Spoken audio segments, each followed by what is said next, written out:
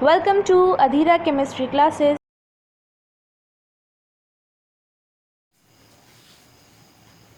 दोस्तों, अधीरा chemistry class में आपका स्वागत है। आज हम आपके लिए वीडियो लेके आए हैं डिप्रेशन इन फ्रीजिंग पॉइंट पर। सॉल्यूशन का पार्ट चल रहा है सब कुछ। डिप्रेशन इन फ्रीजिंग पॉइंट जो है एक कोलिगेटिव प्रॉपर्टी है, हम बताए थे ही और सारे वीडियो में है और आप इधर देखते भी आए होंगे। कोलिगेटिव प्रॉपर्टी जो होती है सॉल्यूशन की वह प्रॉपर्टी होती है जो सॉल्यूशन में डिजॉल्व होने वाले सॉल्यूट के नंबर ऑफ पार्टिकल पर डिपेंड करता है, उसके नेचर पे नहीं, उसके अमाउंट पर डिपेंड करता है। इसीलिए कोलिगेटिव प्रॉपर्टी को बल्कि फेनोमेनन कहते हैं, उसको मैक्रोस्कोपिक प्रॉपर्टी कही जाती है। कोलिगेटिव प्रॉपर्टी जो होती है किसी भी सॉल्यूशन के लिए 4 टाइप की होती है। एक होती है लोअरिंग इन वेपर प्रेशर, दूसरा एलिवेशन इन बॉइलिंग पॉइंट, तीसरा डिप्रेशन इन फ्रीजिंग पॉइंट, चौथा होता है ऑस्मोटिक प्रेशर।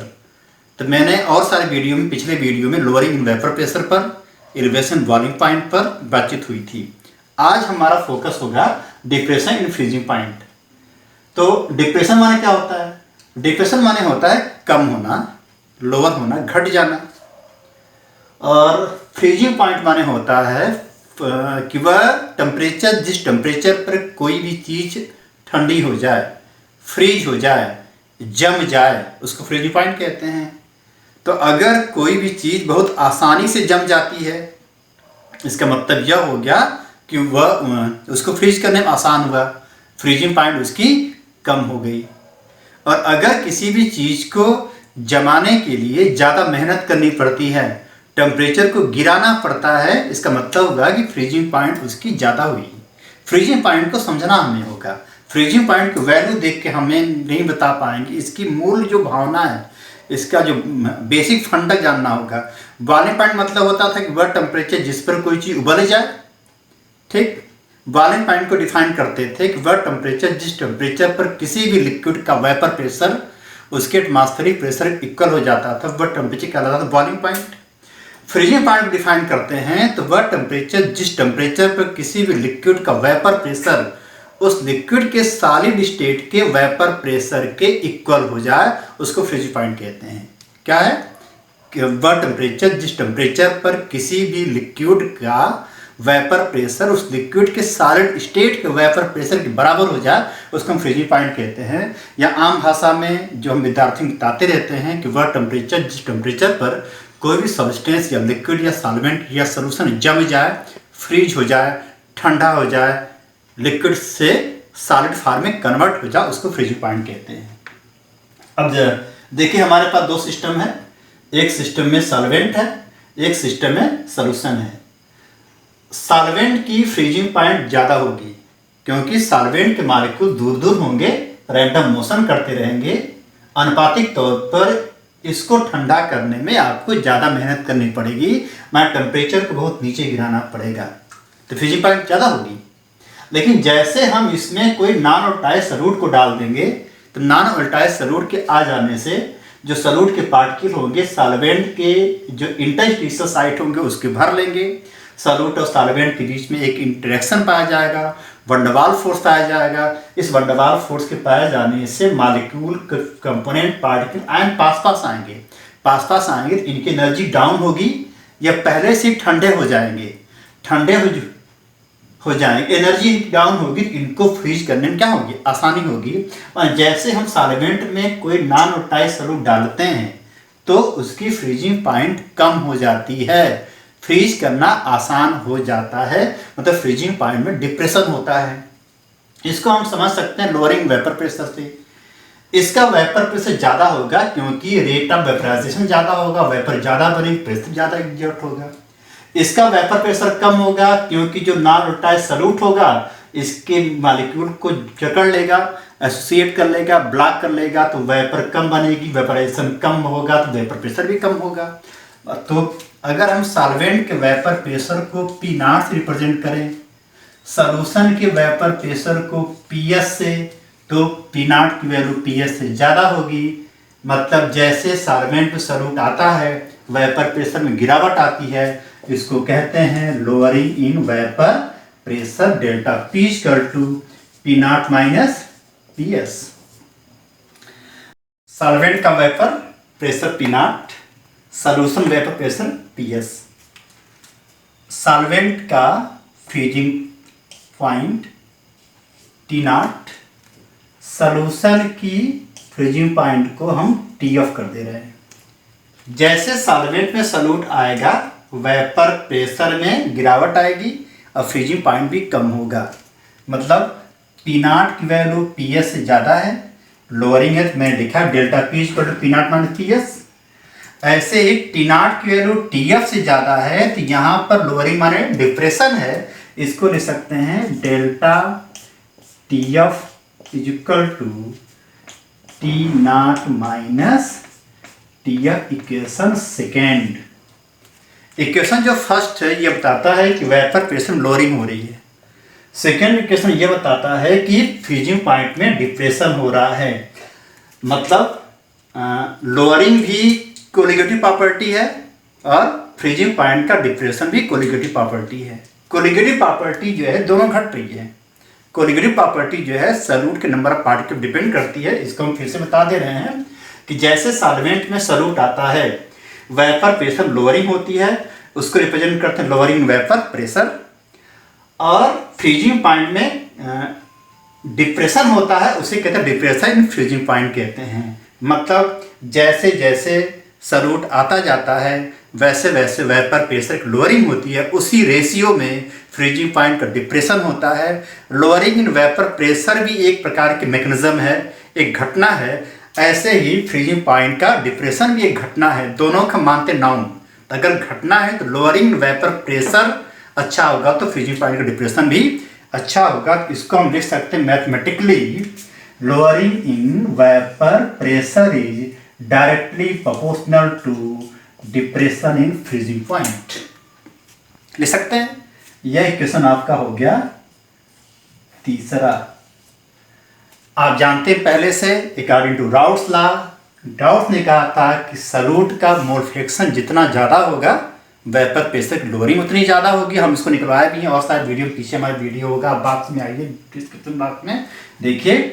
तो according to Raoult's law delta P proportional to XB, equation चौथा। तीसरे और चौथे इक्वेशन को कंपेयर करेंगे तो आएगा delta TF proportional to XB। मतलब depression in freezing point is directly proportional to mole fraction of solute. Delta TF proportional to XB.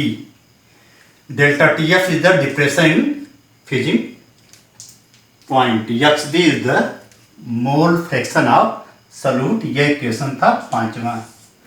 आप जानते हैं कि XB इक्वल टू होता है small n upon small n plus capital N। Equation छठा। अगर solution बहुत डाइल्यूट है तब number of mole of solute की value number of mole of solvent की वैल्यू से बहुत कम होगा, तब हम n plus capital N equal to capital N लिख देंगे। क्वेश्चन हो जाएगा सातवां। यह वैल्यू यहाँ रखेंगे तो आएगा XB equal to n upon capital N। Equation यह आठवां। अब हम इसकी वैल्यू इसमें रखेंगे पांचवें में तो आएगा delta TF proportional to n upon capital N। Equation ninth. आप जानते हैं पहले से small n is the number of mole of solute and capital N is the number of mole of solvent. तो इसकी वैल्यू क्या होती है? स्मॉल n की वैल्यू होती है small w upon small mw। मैं छोटे में लिखता हूँ सॉल्यूट के। यह इक्वेशन 10th। कैपिटल N की वैल्यू होती capital W upon capital MW। यह इक्वेशन होगा 11th।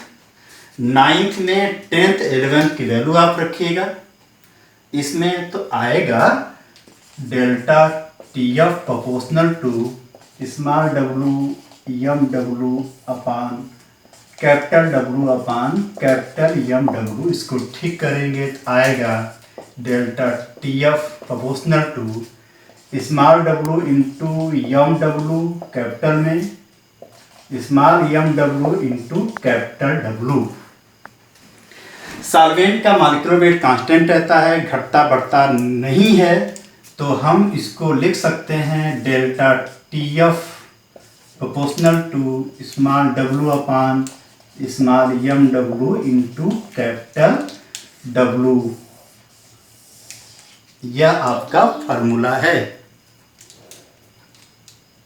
ठीक, इस इक्वेशन को ध्यान से आप देखिए। Equation 12, delta T F proportional to small W upon small M W into capital W. Small W weight of solute है, small M W molecular weight of solute है and capital W is the weight of solvent है। आप जानते हैं यह पूरा जो term है यह मोलेलिटी के इक्वल होता है। तो हम इक्वेशन 12 को लिख सकते हैं delta T F proportional to molality. यह इक्वेशन को लॉक किया जाए। इस इक्वेशन को देख के यह पता चल रहा है कि depression in freezing point of solution is directly proportional to the molality of that solution. इस इक्वेशन को देखिए और देखिए इक्वेशन पांचवा इक्वेशन क्या है? Depression in freezing point is directly proportional to mole fraction of solute, और यह बताता है मोलेलिटी का मतलब सॉल्यूट का मोल फ्रैक्शन ज़्यादा होगा तो डिप्रेशन फ्रीजिंग पॉइंट ज़्यादा होगी, सॉल्यूशन की मोलिटी ज़्यादा होगी तो डिप्रेशन फ्रीजिंग पॉइंट भी ज़्यादा होगी। मतलब डिप्रेशन फ्रीजिंग पॉइंट जो है एक कोलिगेटिव प्रॉपर्टी है जो सॉल्यूट के नंबर ऑफ पार्टिकल पे डिपेंड करता है। इसको हम ऐसे लिख सकते हैं delta T F is equal to, मैंने प्रोपोर्शनल हटा दिया, K F into M. Delta T F is the depression in freezing point, M is the molality and K F is the depression constant है। इसका नाम है molar depression constant. इसकी value numerical में दी जाती है। इस कांस्टेंट एक और नाम होता है क्रायोस्कोपिक कांस्टेंट। जैसे मोलर एलिवेशन कांस्टेंट के भी हुआ करता है एलिवेशन बॉइलिंग पॉइंट में, वैसे डिप्रेशन कांस्टेंट होता है डिप्रेशन इन फ्रीजिंग पॉइंट में।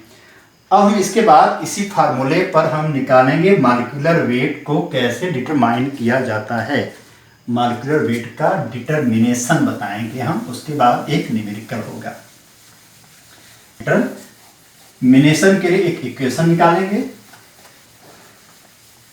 और उस पर एक न्यूमेरिकल। अभी हमने निकाला हुआ है तो आप जानते हैं उसी इक्वेशन का आधार लेकर हम आगे हो रहे हैं। जानते हैं कि delta T F proportional to M, लिख सकते हैं delta T F equal to K F into M, लिख सकते हैं delta T F equal to K F into N upon capital W लिख सकते हैं। N is the number of mole of solute, capital W is the weight of solvent.